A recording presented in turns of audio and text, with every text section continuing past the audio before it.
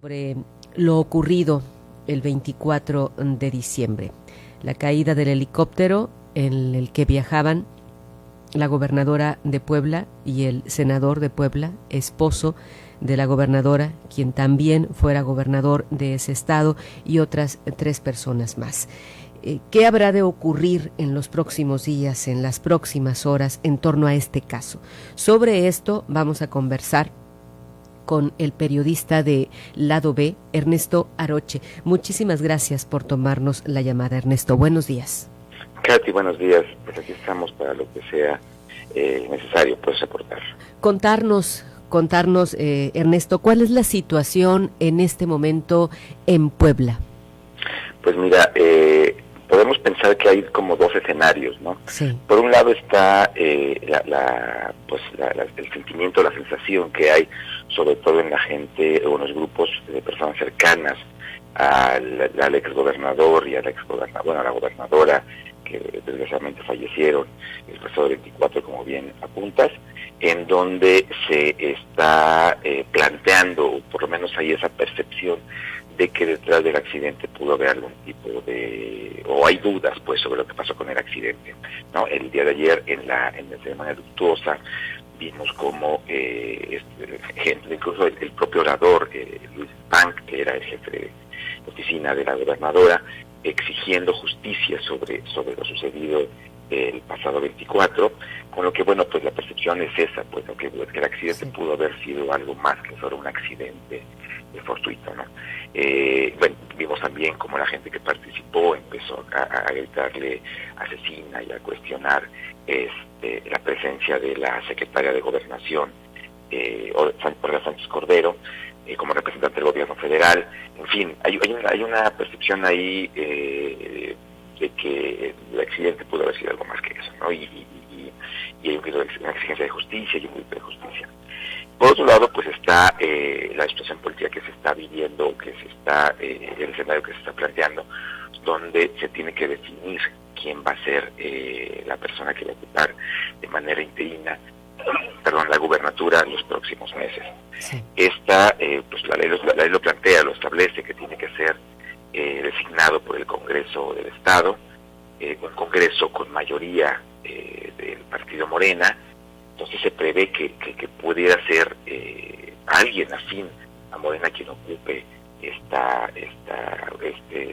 interinato, en lo que se convocan elecciones extraordinarias para definir, bueno, pues ya quién va a ocupar la gubernatura el resto del periodo que le correspondía a Marta Erika. Perdón. Pero bueno, es una cosa que todavía está como muy abierta, porque hasta hoy va a sesionar ya la Comisión Permanente del Congreso del Estado para empezar el procedimiento. Hay 10 días de plazo, según la ley, para que el Congreso asigne ya a la persona interina. De momento, quien está ocupando como encargado del despacho de la gubernatura es Jesús Rodríguez Almeida, que era el secretario de Gobernación, secretario general de Gobierno en esta administración, y que tiene un trabajo previo como secretario de Seguridad Pública aquí en la entidad, pero también fue secretario de Seguridad Pública en el gobierno de Miguel Ángel Mancera en la Ciudad de México. Está ese escenario y en medio, bueno, pues hay por un lado y por el otro, en donde se pide que la definición del interinato pudiera ser incluso alguien del mismo grupo. Ya ayer una diputada del PRI, José García Olmedo, plantea que pudiera ser el exgobernador Antonio del Fayad quien ocupara ese cargo, que me parece que por ley está impedido, pero bueno, pues está todavía abierta la discusión, y eso, bueno, pues genera, por supuesto, una sensación de inestabilidad política que puede venir arrastrando desde la jornada electoral, porque como fue una jornada electoral muy cuestionada, con mucha violencia, donde no quedó claro al 100% el resultado electoral, y eso implicó un proceso de que se judicializara la elección. Fueron resultados muy cerrados, ¿no? Sí, fueron cerrados, y además con muchas irregularidades de la violencia que se vivió en la jornada electoral, pero también muchas denuncias de compra de votos, y lo que se planteó en la demanda de nulidad que tenía que ver con que se rompió la cadena de custodia porque no fueron bien cruzados los paquetes, y entonces no había certeza sobre el resultado electoral. En fin, Puebla ha vivido pues más de medio año allá hasta el momento una inestabilidad política porque no tenemos certeza primero de quién iba a gobernar, y ahora después de lo sucedido del 24 pues tampoco sabemos quién más está en la frente del gobierno. Ernesto, ¿recuerdas qué tanta población de Puebla acudió a votar en las pasadas elecciones? ¿Qué porcentaje? No tengo la cifra exacta. Bueno, el porcentaje fue como cercano al 60%, es decir, fue una aprobación alta para fue los alto, sí. Sí, fue alto para los estados de Puebla.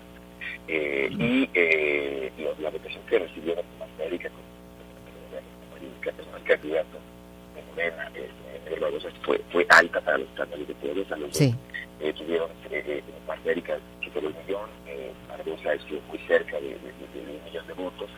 Y así fue una respuesta electoral importante. Creemos también que tiene que ver con la ola del observador que jaló. Sí. Pierdo un poco la señal, no sé si te alejaste un poco del teléfono. Decías que un poco favoreció la ola López Obrador, nos decías. Sí, es correcto. Creemos que eso fue lo que también ayudó a que hubiera esa respuesta en las urnas importante. Y ya que hablas de la ola López Obrador, y lo mencionabas hace unos momentos, el partido Morena es quien tiene mayoría en el Congreso, por lo que entonces nos decías, pues muy posiblemente a quien designen sea de Morena como gobernador interino. Esa es una de las... Partido afín. ¿Qué pasaría en caso de que se hiciera un nombramiento así como gobernador interino de un partido al que no pertenece al ganador, al PAN en este caso? ¿Cuál es el escenario que se han planteado? Pues mira, sin duda va a haber una respuesta por parte del PAN si esto llega a pasar. Porque la respuesta la veíamos ayer ya en el mismo funeral. Por algunos criticado que en ese momento hubiera en gritos y exigencias, otros lo verán de otra manera, pero hay que ver las cosas de ambos lados, ¿no? Claro, mira, yo creo que aquí lo más sano para el Estado sería que el Congreso se pusieran de acuerdo y escogieran o designaran a alguien no partidista, o en la medida de lo posible no partidista, para evitar un conato o alguna confrontación política, porque dudo mucho que Morena, dado el antecedente que hemos vivido en estos meses en los que ya está la bancada, bueno, el Congreso controlado por la mayoría de Morena, hemos visto mucha confrontación entre los dos grupos políticos más importantes, Morena y el PAN, bueno, los aliados del grupo de Rafael Moreno Valle, en donde no han salido las iniciativas, ¿no? Es decir, de pronto Morena impone mayorías, saca alguna iniciativa y el gobernador las detiene, ¿no? Las cuestiona, las regresa, en fin. Ha habido una suerte de parálisis, digamos, legislativa, en el sentido de que no han salido. Sí ha habido discusión, pero no han salido las iniciativas, o no se han aprobado o se detienen, justamente porque no hay un diálogo entre las dos fuerzas políticas. Y este asunto complica las cosas. Y eso, por supuesto, complica, ¿no? Tuvimos un proceso postelectoral conflictivo, con toda esta falta de diálogos entre los dos grupos políticos, y ahora que Morena tiene la posibilidad, por mayoría, de designar al interino, bueno, pues creo que la cosa puede ponerse más complicada en lo político. Sí, por la víspera se saca el día, estamos viendo que las cosas serían más complicadas. Ahora nos dices, Ernesto, sería nombrado el gobernador interino, pero luego habría que convocar a elecciones. Sí, habrá que convocar a elecciones por parte del INE. Habrá que saber si ese porcentaje que acudió a votar, ese 60% nuevamente, habrá de acudir a las urnas. Pero leíamos que ¿habrá recursos? Según leíamos, no hay recursos para una nueva elección. ¿Qué tanto dinero se tendría que destinar para convocar? Yo no digo que tú tengas la cifra en este momento, sino que estamos hablando de que generaría un gasto extraordinario, pues. Sí, y me parece que los diputados federales, el Congreso, la Cámara de Diputados, pues no previó como este escenario donde efectivamente el recorte al INE complica la posibilidad de las elecciones extraordinarias para gobernador. Sí, porque fueron varios millones. ¿Cuánto le tocaría a Puebla en ese nuevo presupuesto? Claro, bueno, en el caso de las elecciones pasadas, Sí. el tope de gastos fue cercano a los 40 millones Sí, para los ok. candidatos. No son unas elecciones como las que vivimos en julio pasado, porque pues eran concurrentes, teníamos todos los procesos electorales abiertos, en fin. Sería solo un tipo de elección, que la de gobernador, pero además la elección más cara para el Estado, ¿no? Que sí, es un escenario complicado por donde se le vea, ¿no? En lo político, en lo económico. Súmale a eso la situación de inseguridad que vive Puebla, producto de la incursión de grupos de crimen organizado dedicados al robo de combustible. En fin, el escenario es bastante complejo para lo que se nos viene a los poblanos en los próximos meses. ¿Cuándo tendría que ser la elección? Lo que establece la ley es que el gobernador interino debe estar en un plazo de 3 a 5 meses máximo, y en ese periodo debe resolverse la elección. Es decir, hay un plazo máximo de 5 meses para saber ya quién va a ser el nuevo o nueva gobernador o gobernadora, y tendría que tomar posesión prácticamente de inmediato después de que esto suceda. Y a más tardar, ¿cuándo deben tener ya a un gobernador interino? Estamos hablando de que tienen 10 días el Congreso para definir al interino, y después tiene que lanzar la convocatoria para iniciar el procedimiento electoral. Por mayo más o menos deberíamos estar teniendo ya un gobernador o gobernadora electo constitucionalmente. Ha habido, aparte de lo que veíamos ayer en el funeral de Estado que se dio a la gobernadora y a su esposo, el senador, ¿ha habido otro tipo de manifestaciones en las calles o en algún otro lugar, alguna exigencia que estén haciendo partidos políticos, y en el caso específico del partido al que pertenecían ambos políticos? No, que hasta el momento no ha habido en las calles ningún tipo de manifestación, fuera de lo que vimos, como bien dices, en el acto protocolario luctuoso ¿Y de otros ayer. partidos? ¿Ha habido alguna exigencia? ¿Han mantenido silencio? No, hasta el momento no, pero también, bueno, pues no perdamos de vista que pues venimos de los días Sí, son días en que muchas personas... Uh-huh. Y hasta hoy, que fuera. está citada a las 11 de la mañana la sesión de la Comisión Permanente del Congreso, seguramente ahí empezaremos a escuchar ya planteamientos mucho más directos sobre este conflicto. En el Congreso nos decías la mayoría es Morena, y luego le sigue en ese orden, en el número el PAN, sí, y por supuesto todos los aliados con los que llegó el PAN, porque se mantienen como no como una bancada, pero sí como un grupo pues más o menos sólido, que son Movimiento Ciudadano, el PAN y el PRD, los que y representantes y diputados de partidos estatales.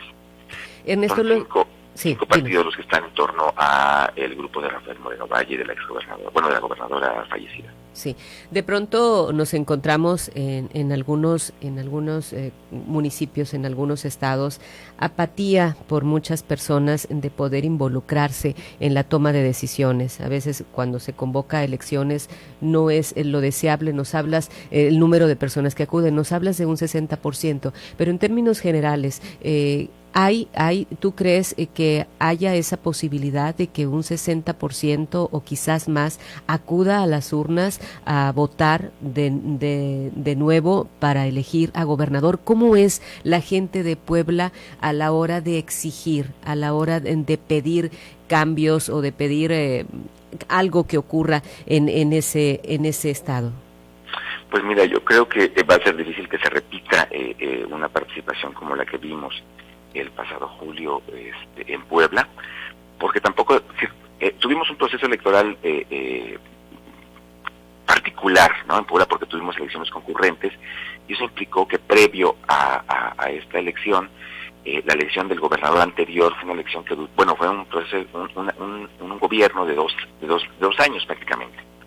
Entonces, en esa elección, donde se eligió el gobernador de un periodo tan corto, el resultado, la respuesta, porque fue una sola elección, es decir, la que vamos a vivir en mayo, por lo menos de aquí a mayo, sí. Pues en Puebla será muy parecida a la que en la que se eligió a Antonio Gali Fayad, y el resultado o la participación ciudadana, pues por supuesto no estuvo cercana a lo que vimos en esta elección. Ya estoy revisando la cifra exacta de participación. Además estamos hablando de que en esta ocasión irían específicamente para elegir a gobernador y las pasadas elecciones pues se eligió al presidente de la República, se eligieron diputados, se eligieron senadores. Habrá que ver qué tanto interés tienen los poblanos para ir única y exclusivamente a elegir a su próximo gobernador. Sí, es correcto, y además, esperaríamos que con lo sucedido a lo mejor se hubiera dado algún tipo de reacción ciudadana, de salir a las calles, más allá de exigir justicia o no, de defender cualquier cosa, un poco como en el recuerdo, en el respeto a la memoria de la gobernadora, algún tipo de reacción social, pues, por lo sucedido, y tampoco lo vimos, la ceremonia luctuosa, pues estaba llena, por supuesto, de funcionarios, y había algunos grupos ciudadanos, había personas ahí, pero fue un evento muy controlado, donde no cualquiera podía pasar, y fue muy pequeño, pues en realidad. La verdad es que para hacer un acto luctuoso en torno a la memoria de la gobernadora y del exgobernador que cambió, transformó cosas en Puebla en los últimos 8 años, la verdad es que la respuesta social fue nula, pues, ¿no? Ernesto, no vimos esa respuesta ahí en la ¿tienes el dato? ¿Cuántos municipios son en Puebla y cuántos municipios fueron para Morena? ¿Recuerdas? Mira, son 217 municipios. Muchos. Los que tenemos en Puebla. Sí, no, es una entidad compleja. Con muchísimos, sí, en su conformación política. No tengo exactamente el número si no el número, si la mayoría se inclinó hacia dónde, la mayoría de los municipios, ¿hacia Morena o hacia el PAN? Se mantuvo yo lo visualizo así, pues, como un fue así como el resultado, muy cerrado. Sí, pero no necesariamente con el PAN. A nivel municipal, fíjate, la cosa no fue necesariamente con el PAN. Más bien está repartido entre el PRI y Morena. Sí hay una presencia importante del PAN, pero no al nivel que todavía el PRI mantiene en el Estado. Sería muy pronto adelantarnos a especular sobre que en esta ocasión, si en esta ocasión pudiera ser un partido distinto al PAN quien obtenga la gubernatura, es decir, Morena pudiera ganar la gubernatura. Pues yo creo que dependerá mucho de los candidatos. Me parece que el candidato Luis Miguel Barbosa no fue el mejor candidato para Puebla, para el partido Morena. Y pues tendrá además que el candidato que designe Morena, además tendrá que trabajar o hacer su campaña sin tener este empuje que tuvieron pues la mayoría de los candidatos de Morena, que fue Andrés Manuel López Obrador, que jaló la marca y a todos de manera importante, ¿no? Lo veo complicado, sobre todo sí dependerá también mucho quién pueda controlar el gobierno del Estado, es decir, quién asigne, quién quede como gobernador interino, porque pues eso implica finalmente en la práctica pues el uso del aparato gubernamental para una u otra candidatura, ¿no? Entonces por eso también es importante quién va a quedar como gobernador interino, más allá de las formas políticas, porque va a ser quien esté, digamos, quien esté gobernando durante esta elección, y ya sabemos qué es lo que pasa cuando el gobernador de un partido u otro gobierno. Los aparatos de gobierno se volcan hacia los candidatos, ¿no? Sí están en una situación complicada. Sí están en una situación complicada en la que los ojos de todo México están puestos en Puebla en este momento. Sí, tenemos complicada el escenario, pero bueno, pues ya veremos qué es lo que acontece en los próximos meses. Pues gracias, Ernesto Aroche, periodista de Lado B, por esta información que nos das en torno al panorama o a la situación que se vive en Puebla tras la muerte de la gobernadora de ese estado y de su esposo, el senador, quien también fuera gobernador. Bueno, pues aquí estamos, lo que Gracias, que tengas buen día. Sí, buen día.